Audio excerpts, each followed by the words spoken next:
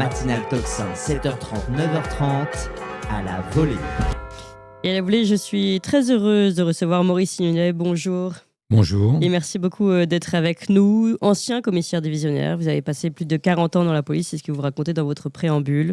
Et vous présentez ce livre, La police ne peut plus rien pour vous, aux éditions L'Artilleur. Dans votre préambule, dans votre introduction, vous expliquez que finalement, vous ne vouliez pas forcément réécrire un livre avec des affaires, un scoop, on va dire, ou une affaire dévoilée, le dessous médiatique vu par un policier qui aurait vécu ça de l'intérieur. Mais vous êtes interrogé, notamment avec cette grande affaire des viols de Mazan, sur le rôle de la police. Et vous dites, et vous rappelez d'ailleurs, vous faites bien de le faire, que eh bien, cette affaire a été révélée grâce au travail, au zèle finalement, d'un gardien de la paix. Vous dites un obscur gardien de la paix, pour lequel il n'y a eu ni éloge, ni mention particulière, alors que tout ça, c'est grâce à lui. C'est votre introduction, si vous voulez bien dire un mot là-dessus, avant qu'on aille sur la police que vous avez connue et la police qui n'existe plus. Oui, il est de coutume, lorsqu'un ancien policier se met à écrire, de relater un fait divers très médiatique, qui pourrait montrer son implication personnelle. J'ai connu des affaires de cet ordre-là, mais je me suis bien gardé de le faire. Je me suis dit, il serait beaucoup plus intéressant pour le lecteur de connaître ce qui se passe dans le fin fond des commissariats, quel est le quotidien d'un policier, comment fonctionne cette institution forte de 130 000 fonctionnaires, et de savoir quels sont ses vices et ses vertus. Là. Et donc, je me suis dit, vous avez raison de relater ce fait divers tragique, là. Ça a été un espèce de déclic, puis j'ai dit, je vais raconter du jour où je suis rentré dans la police jusqu'au jour où je suis parti. Alors, bien sûr, 40 ans résumés, condensés. On va en parler. J'ai appris des choses assez incroyables à travers votre livre. Oui, je pense que c'est ça. Il faut se méfier de ces institutions qui vivent sur un mythe. Et il faut, pour en chercher la perfectibilité d'ailleurs, dénoncer ce qui fonctionne et ce qui ne fonctionne pas. Ce qui ne fonctionne plus. Ou il y a aussi une évolution que vous racontez très très bien dans cette histoire, enfin qui est votre histoire. Avant peut-être justement vous signaler ce gardien de la paix, cet obscur gardien de la paix, dites-vous encore, sur l'affaire Mazan. Est-ce que vous pouvez nous rappeler pourquoi justement il est à l'origine de cette affaire, ce qu'il a fait ? Parce qu'on m'a raconte, vous savez, je crois que l'individu avait été interpellé parce qu'il filmait sous les jupes des filles. En pratique, un fait comme ça aurait mérité une main courante, un rappel à la loi ou quelque chose comme ça. Et puis, non, ça l'a interpellé, il a saisi le téléphone portable de l'individu, il a cherché, il a vu qu'il correspondait beaucoup sur Skype, etc. Il a gratté, et c'est là qu'il a découvert ce qui était une des plus grandes affaires de ces 30 dernières années, parce que je crois que le monde médiatique du monde entier s'est intéressé à cette affaire. Il était à 5 ans de la retraite. Tout à fait. Il faisait son travail de manière consciencieuse comme il le faisait d'habitude. Voilà, et si vous voulez, c'est pas un grand service de police judiciaire, c'est pas le RAID, c'est pas la BRI, c'est un gardien de la paix qui prend des plaintes tous les jours et qui, en fin de compte, l'a révélé. Et on connaît pas son nom, quoi. Il n'y a pas eu de grand d'éloge à son égard, alors que le président de la République a évoqué cette affaire, etc. Bien sûr, oui. Donc, c'était un espèce de déclic. J'ai dit, on va raconter ce qu'est le quotidien au travers de mon histoire. Je me suis dit, en narrant le temps long, en le ponctuant d'anecdotes révélatrices, bien sûr, à un moment donné, on se dirait, mais oui, tiens, en fait, c'est pas exactement comme ça que je la voyais, la police, quoi. Et puis, en plus, ça s'adresse également aux 130 000 policiers. Leur dire, il y a 30 ans, il y a 40 ans, c'était comme ça. Il n'est pas question d'avoir une nostalgie. Je ne suis pas du tout nostalgique, mais je crois que c'est Platon qui, dans son œuvre Le Ménon, faisait dire à Socrate, apprendre, c'est se ressouvenir de ce qu'on a oublié. Alors donc, peut-être leur dire, vous savez, il y a peut-être des choses à chercher dans le passé qui pourraient être utiles aujourd'hui. Je pense que les policiers aimeraient revenir à certaines choses du passé. On va y revenir parce qu'il y a vraiment des choses qui ont évolué. Oui. Et moi, j'ai été vraiment marquée par, justement, je ne veux pas dénigrer, mais par ces petites affaires que vous racontez, des petites choses qui étaient votre quotidien. On va en parler dans quelques instants. Je vais donner des exemples, mais avant, peut-être commencer par le début de votre histoire. Donc, vous réussissez votre concours et vous entrez dans un des 54 commissariats de quartier de Paris. Alors déjà, ça, rien que ça, c'est Mhm. intéressant parce que Tout à fait. 54 commissariats de quartier, aujourd'hui, il n'y en a plus un seul. Aucun. Tout a été supprimé. Si vous voulez, C'était des il y commissariats a- de quartier, ce que vous dites, il y avait Croule-Barbe, il y avait c'est pour ça chaque exactement. arrondissement. Il y avait 54 commissariats de ouais. quartier. Par exemple, moi j'étais affecté dans le 12e arrondissement. Il y avait 4 commissariats de quartier dans le 12e arrondissement. Aujourd'hui, on n'en a plus aucun. Donc, si vous voulez, je suis toujours abasourdi quand j'entends les politiques parler de police de proximité, etc. Mm. Ça existait auparavant. Et comme en plus, je le marque dans mon livre, comme il y avait très peu de moyens matériels, ben, tout se faisait pédestrement. Donc il y avait un quadrillage énorme. Ah oui, vous faisiez beaucoup de choses à pied. Ouais. Vous Ah dites oui, qu'on n'avait tout à pas de fait, voiture. tout à ouais. fait. Et donc, ben, on la voit l'évolution. Et en fin de compte, en voulant rationaliser l'institution policière, ben, on l'a complètement détruite, quoi. C'est un peu l'irresponsabilité au sens de l'anticipation, quoi. On n'a pas du tout anticipé à l'occasion de toutes les réformes successives que dans la police que j'ai connues. Hein. À chaque fois, on s'éloignait à chaque fois de la mission essentielle de Du protection. citoyen, oui. Exactement. De votre quartier. On s'en est pas rendu compte. Mm. Alors, il y a Enfin, eu... vous vous êtes rendu compte. Vous. Ah, moi, je m'en suis rendu compte, oui, c'est certain. Mais on va parler de ces différentes réformes parce que justement, donc, au début, vous êtes dans un commissariat de quartier. Bon, après, vous passez à la brigade d'abord territoriale, ensuite brigade criminelle. Ouais. La brigade. La brigade, oui. Enfin, c'est comme ça, vous dites Mhm. qu'il y a plusieurs A. Donc, vous allez raconter un peu votre parcours, mais c'est vrai qu'à chaque fois, vous voyez, notamment quand vous êtes centralisé, que vous n'êtes plus du tout en contact direct avec ce qui faisait votre. En fin de compte, si vous voulez, moi, je suis rentré dans la police par vocation, hein, un peu dans une démarche romantique. Aussi curieux que ça puisse paraître. Hein. C'était une époque où la normalité était étendue, la respectabilité, etc. Et donc, quand on était policier, on avait un parcours un peu romantique, hein, de gendarmerie de voleurs, etc. Si vous voulez, moi, en 40 ans, je n'ai pas changé. J'ai toujours gardé la même conviction, la même foi, le même souci de l'autre, le même intérêt pour l'autre. Et dans cette institution, au fur et à mesure, j'ai vu que c'est l'institution qui changeait, Oui. alors que moi, je ne changeais pas. Oui. Je raconte des anecdotes dès ma première dans le commissariat jusqu'à la dernière. Vous verrez que moi, mon état d'esprit n'a pas du tout changé. J'ai gardé le même sens de l'abnégation, du dévouement, de l'investissement, etc., etc. Et que par contre, l'institution, elle, changeait énormément. Alors la sociologie policière changeait, mais augmentée par les réformes successives qui ont été catastrophiques, quoi, catastrophiques. Là, on va parler de cette police que vous avez connue au départ. Déjà, juste parce que je trouve que c'est important que les gens réalisent. Vous dites, on n'était pas du tout dans le même esprit de respectabilité. Enfin, à l'époque, on était dans une société beaucoup plus respectueuse qu'aujourd'hui. Vous aviez des dossiers où quand même, donc dans votre commissariat de quartier, vous alliez mettre des avertissements aux personnes qui n'avaient pas restitué des livres à la bibliothèque. Vous vous rendez compte ? Non mais... Et vous dites aussi, la répression, un voleur d'autoradio prenait 1 an de prison. Oui, tout à fait. Non mais un vrai an de Tout à prison, fait. c'est pas... Vous savez quelle a été ma première enquête ? C'était une enquête pour déterminer qui donnait à manger à des pigeons. Oui, vous racontez ça. Alors, j'avais identifié la personne. Alors bon, je l'avais sermonné, etc. Mais pour vous dire dans quelle société on vivait à l'époque. Oui. C'est-à-dire que l'interdit existait. Au niveau, on parle du vivre ensemble, mais enfin, je bondis à chaque fois. On vivait dans une société apaisée où la respectabilité, l'honnêteté, la probité, l'image que l'on donne de soi était extraordinairement importante. Le courant 68ard bergsonien qui s'est répandu comme une peste, d'ailleurs je crois que c'est Freud qui parlait de la peste, s'est répandu dans nos sociétés et a complètement fait tout exploser ça. Si vous voulez, l'individu est devenu... on a reconnu l'individu dans ses pulsions. Donc, on a légitimé les pulsions.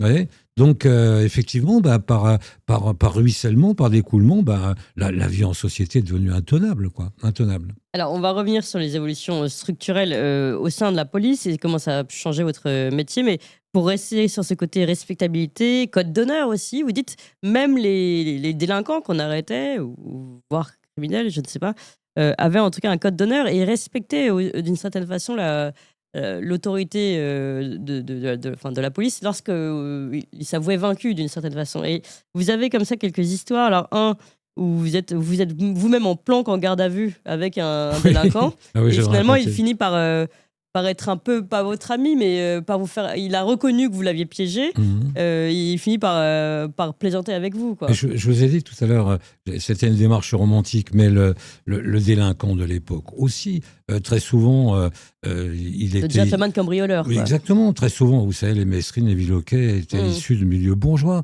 C'est simplement des gens qui avaient choisi de vivre à la marge, champagne et gonzesse, quoi. C'était ça, hein. Et donc, le policier, le délinquant, on avait nos codes à nous, hein. On se reconnaissait entre nous, il y avait même une forme de sympathie. Le cambrioleur, à l'époque, il cassait le bourgeois. C'est-à-dire, il allait pas, comme je vois aujourd'hui, on appelle ça des cambriolages grille-pain. Hein, c'est-à-dire que les gens, maintenant, ils rentrent, ils vous volent un grille-pain, ça n'a pas de sens. Les cambrioleurs, à l'époque, ils allaient dans le 16e, ils allaient à Neuilly, ils repéraient les lieux longtemps à l'avance, ils regardaient quand la bonne sortait, etc. C'était vraiment... et ils cassaient des choses importantes, quoi. Et lorsqu'ils étaient pris, ils savaient que c'était le jeu, ils étaient pris, ils étaient pris. Donc, si vous voulez, tout a complètement changé. Il y a eu cette évolution sociétale, philosophique, je vous dis, qui a fait qu'on a mis l'individu au centre des choses.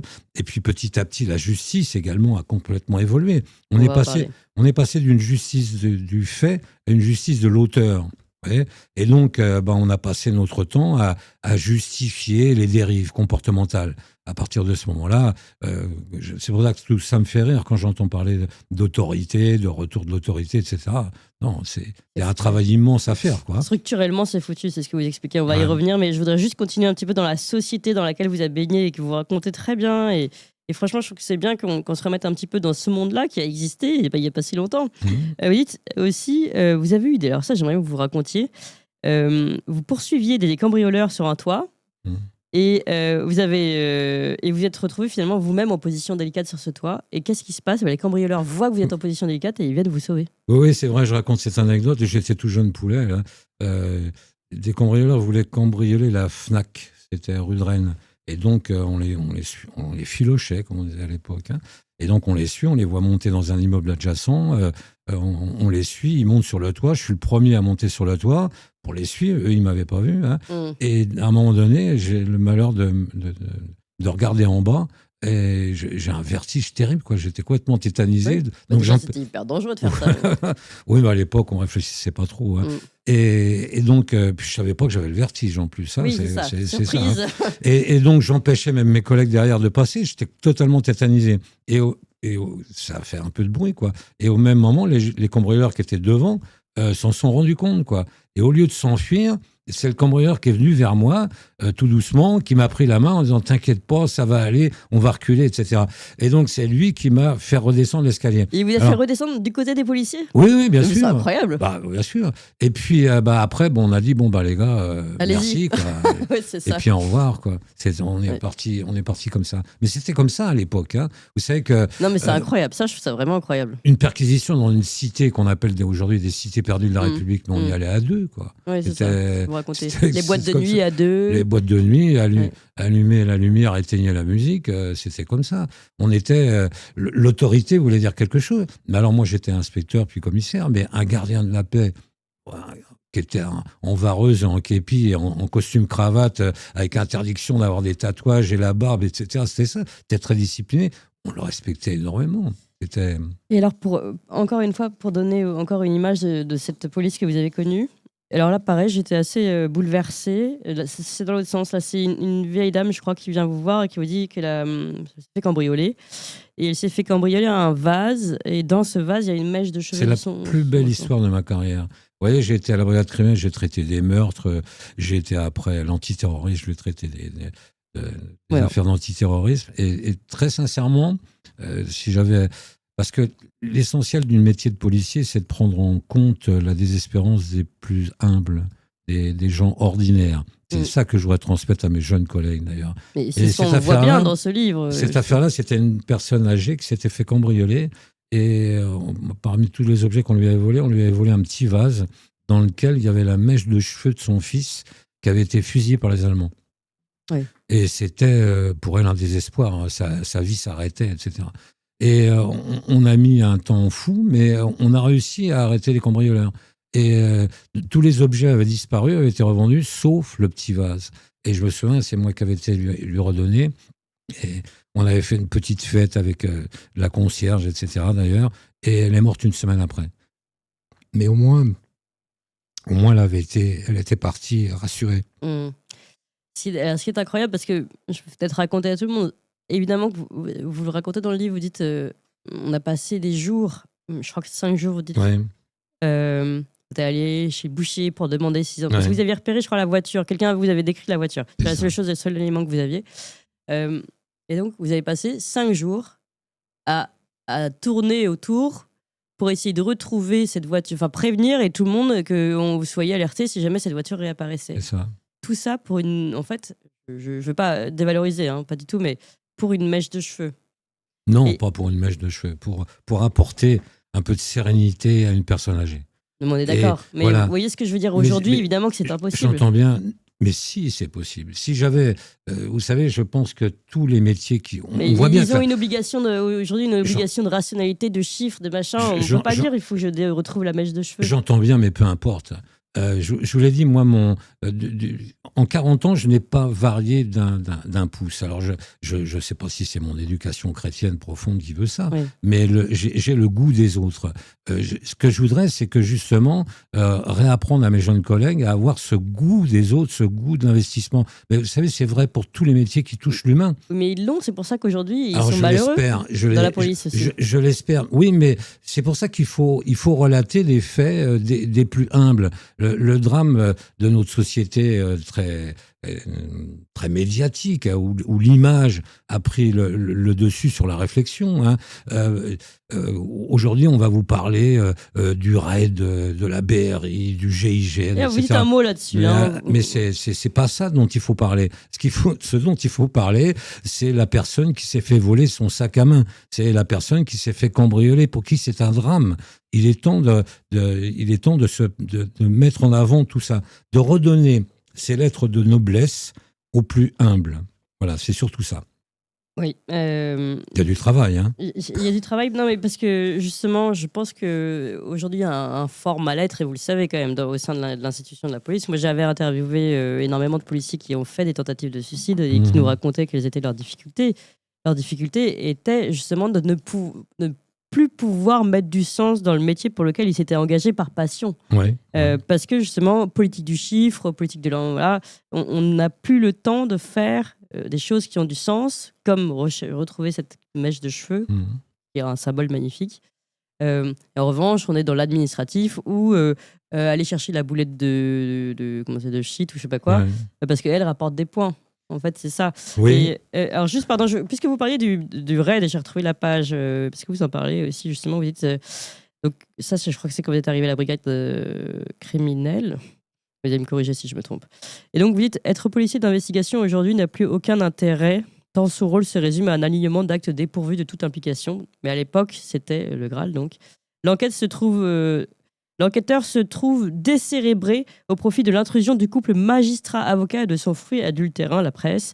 De quoi rêvent d'ailleurs aujourd'hui les policiers, d'être affectés à la BRI ou à la BRI ou au RAID. Ce glissement des valeurs professionnelles devrait davantage interpeller les sociologues, voire les politiques. Est-ce que vous pouvez nous en dire un peu plus ? Il y a eu, corrélativement aux réformes structurelles de la police, il y a eu des réformes en profondeur du code pénal et du code de procédure pénale, qui a fait qu'on a glissé d'une procédure inquisitoriale à une procédure contradictoire, avec l'omniprésence de l'avocat, le droit à la contradiction, etc. C'est-à-dire qu'on ne cherche plus à éclairer la justice, mais à l'égarer. Et donc, ça fait que... Quand on parle de contradictoire, on se dit, bon, bah, c'est un peu plus équilibré qu'avant, c'est peut-être mieux. Certainement pas, non, parce qu'on en arrive parfois à des pitreries. Hein, et donc à des pitreries procédurales. Et ce qui fait que le policier, aujourd'hui, son investissement est réduit à simplement des alignements de PV, quelque part un peu sans âme. Et donc, il y a un désintérêt les gens se désintéressent parce qu'ils se disent comme ça n'a pas d'intérêt, je ne vais pas vers ces filières-là. Auparavant, le Graal, c'était d'être à la brigade criminelle. Aujourd'hui, la brigade criminelle, ils ont un mal de chien à recruter. Mais pourquoi alors Qu'est-ce qui a changé? Mais parce que justement, on va aller vers ce qui n'engage pas. Parce que alors bien sûr, je ne devrais peut-être pas dire ça, mais la BRI, le RAID, etc., ils ont des actions ponctuelles. Vous voyez, ils vont faire face à un événement, mais ça ne va pas nécessiter un investissement intellectuel sur le long terme, c'est pas du long procédures, etc., etc. Moi, à chaque fois que je vois des films à la télé, que je vois, d'abord, je regarde assez peu les films de flics parce que ça m'agace, mais on voit les gens, ils interviennent, etc., ça tire dans tous les sens. Et moi-même, après, je me dis, mais qu'est-ce qui fait les constats, quoi? Où est celui qui va taper à la machine pour dire comment ça s'est passé, etc., etc. Donc voilà, il y a aujourd'hui un désintérêt, et qui plus est, la police est aussi un petit peu à l'image de la société, hein, où on cherche des niches hédonistes, hein, et donc on va aller vers là où c'est le plus jouissif pour soi, quoi. Mais pour les autres, peut-être pas, je ne sais pas. Oui, mais c'est peut-être à cause de la... On va pas forcément mettre condamner ceux qui vont au raid, peut-être qu'ils cherchent là... Je les condamne pas. Oui, non, mais j'imagine bien. Mais pour les avoir également interviewés, justement, il y a beaucoup moins, en effet, de tentatives de suicide ou de mal-être là-bas, parce qu'il y a une reconnaissance du travail qu'ils font, qu'ils n'ont plus ailleurs, un sentiment du devoir accompli, une mission noble, qui est dévalorisée justement dans les brigades criminelles. Tout à fait, mais dans mon livre également, je mets beaucoup, surtout à la fin, en cause la hiérarchie. Oui. La hiérarchie a une énorme responsabilité. Auparavant, on avait une hiérarchie de compétences. Aujourd'hui, on a une hiérarchie d'obéissance. De carrière. C'est pas du tout la même chose. C'est-à-dire Qu'est-ce qui s'est passé alors ? Mais parce que les structures ont fait qu'il y a eu des portes ouvertes, des opportunités qui ont permis à certains policiers de terminer préfet, etc., etc. Et maintenant, ça devient une obsession, quoi. Oui, et alors, si en plus... en fait, maintenant, la hiérarchie, pour résumer, est devenue dans une obsession de carrière et plus une obsession de qualité de terrain. Exactement. Et ça, la base le ressent. Il ne faut pas croire. Le gardien de la paix dans son commissariat, il sait que le commissariat est là pour 3 ans, que ce qu'il veut, c'est de ne pas avoir d'embrouille, un peu de chiffre, se faire mousser auprès du préfet, et hop, ça suffit. Et en attendant, lui, le pauvre gardien de la paix, tous les jours, il en prend plein la gueule, quoi. C'est lui qui est au premier contact. S'il y a pas si on ne retrouve pas cette dimension de compétence dont on ne doutait pas à mon époque de la hiérarchie, et c'est une dimension affective dont on ne doutait pas également. Le patron, à mon époque. vous l'appelez Un patron, le taulier quand il n'était pas là. Un patron, un taulier, c'est-à-dire pas celui qui fait de l'autoritarisme, mais celui qui fait autorité, c'est-à-dire faire autorité au sens humble du terme. C'est-à-dire on sait qui c'est, quoi. Hein, on sait qu'on va pouvoir se tourner vers lui.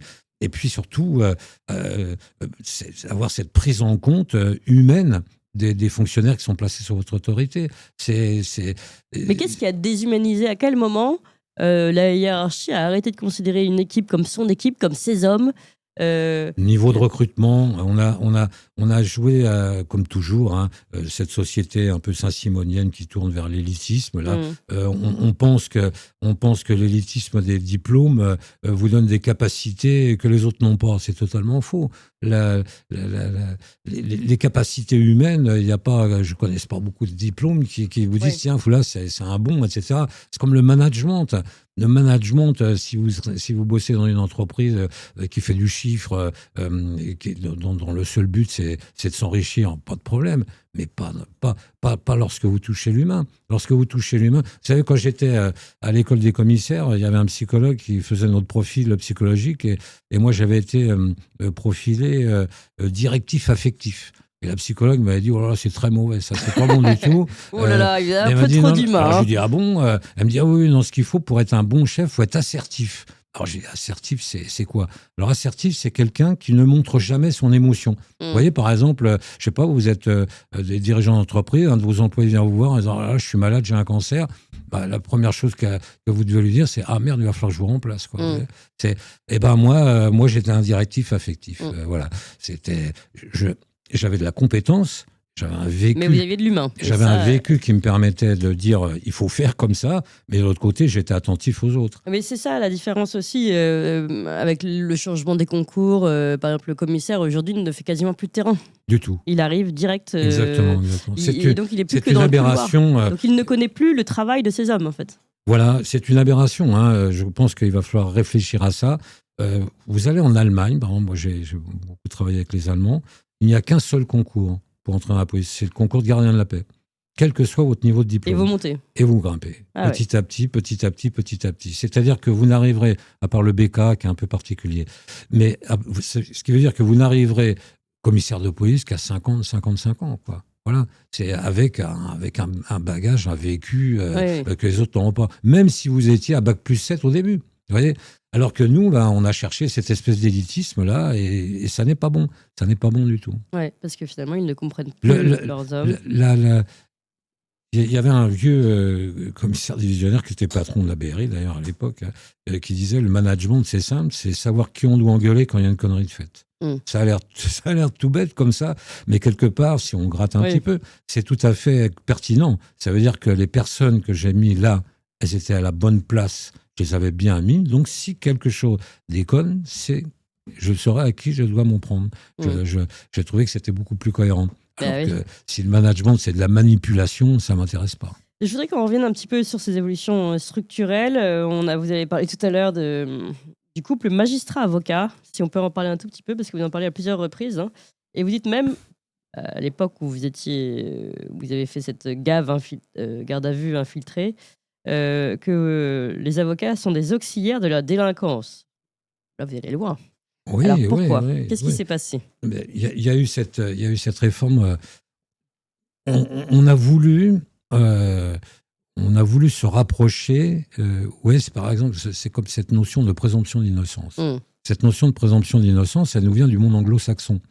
Parce que si on y réfléchit, dès qu'on invoque la présomption d'innocence, si on réfléchit un petit peu, ça veut dire qu'il y a une présomption de culpabilité, qui est le pendant, c'est ça. Le système inquisitorial était celui-là. Et il donnait une latitude assez large aux policiers d'investigation dans ce cursus inquisitorial. On a voulu aller vers le contradictoire parce qu'on s'est bien gardé d'aller vers l'accusatoire et le système anglo-saxon.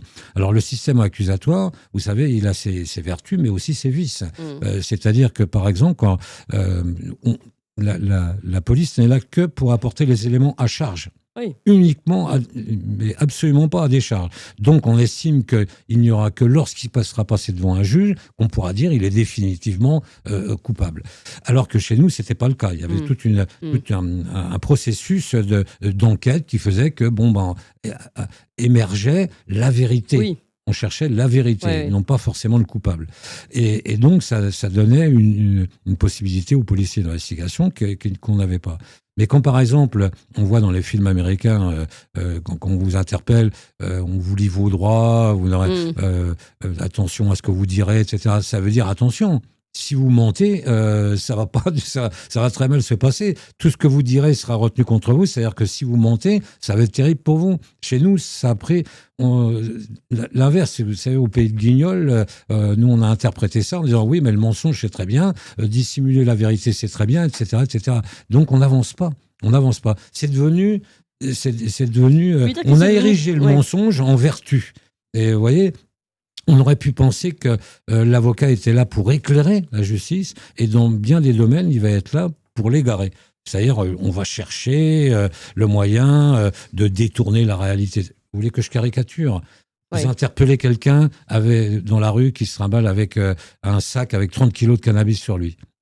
Pas de problème, vous l'interpellez, vous avez tendance à penser qu'il y a quelque chose, à lui reprocher. Oui. Il voit son avocat, vous l'entendez, 5 minutes après, il dit j'ai trouvé le sac dans la rue.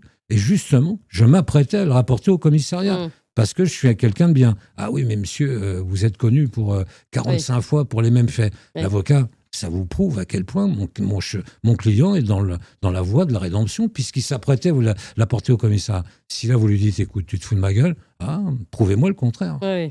Voilà, voilà le ce que vous voulez contradictoire. Donc à partir de là, vous en sortez pas, quoi. Ça fait un embouteillage monstre des procédures qui n'ont ni queue ni Donc vous tête. préfériez quand il n'y avait pas l'avocat pendant la garde à vue. Je préférais quand le système était inquisitorial. Hmm. Vous voyez, jusque le pouvoir du juge d'instruction, pareil. Et alors c'est pareil, méfions-nous, parce qu'on essaie de nous faire croire que c'est une avancée sociétale absolument extraordinaire, mais pas du tout. C'est pas du tout ça. C'est simplement que le politique, dans les années 80, a commencé à avoir peur.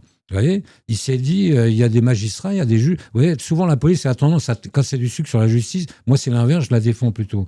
Et la justice, dans les années 80, a commis une énorme erreur. Elle a commencé à s'intéresser aux politiques, aux malversations politiques, aux malversations dans l'économie, dans l'industrie, dans la finance, etc. Qu'est-ce que vous croyez que tous ces gens très bien placés se sont dit ? Ils se sont dit, mais je vais me retrouver un jour en garde à vue, on va me retirer mes lacets et ma ceinture. Ils ont dit, pas question, il ne faut pas que ça se passe comme ça. Et qu'est-ce qu'on a fait ? On a invoqué les avancées sociétales, etc.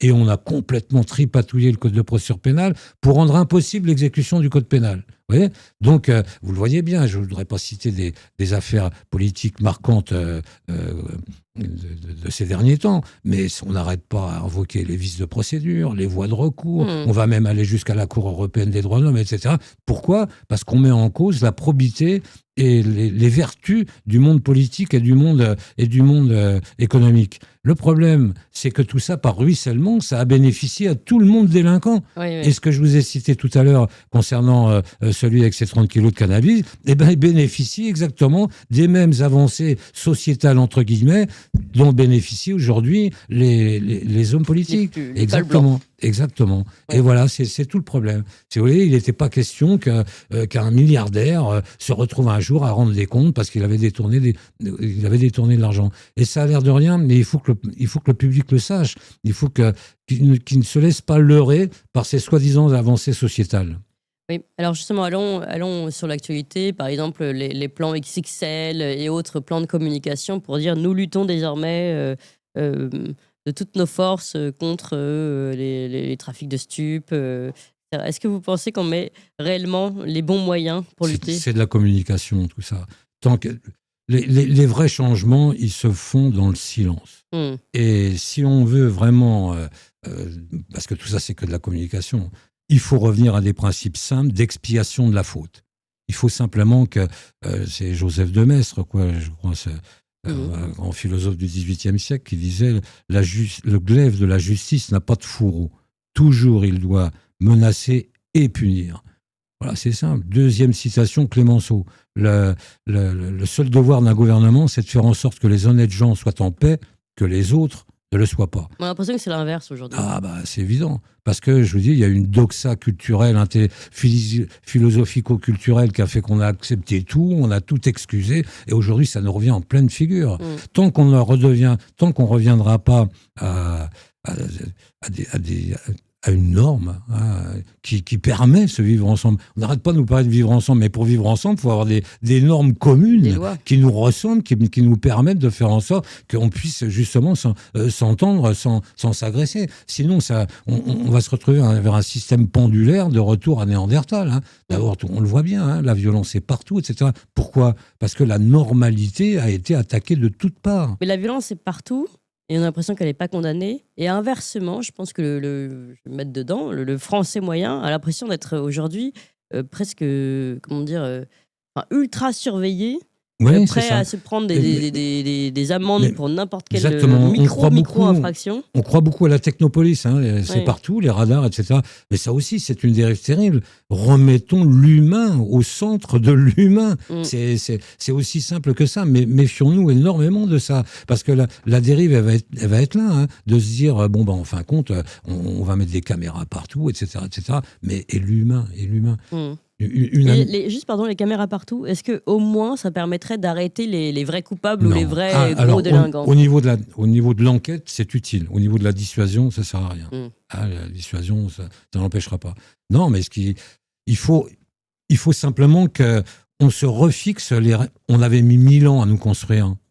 On a mis 40 ans à nous détruire. Ouais. C'est absolument effarant. Alors, regardons ça. Moi, je suis complètement... Quand j'ai appris la dernière initiative de la ministre de la Culture qui voulait faire payer l'entrée de Notre-Dame, c'est-à-dire qu'on va marchandiser 1000 ans de piété chrétienne. Retournons-nous simplement un tout petit peu en arrière. Ce qui m'affole complètement, c'est ça. C'est qu'en 40 ans, on a détruit 1000 ans d'histoire.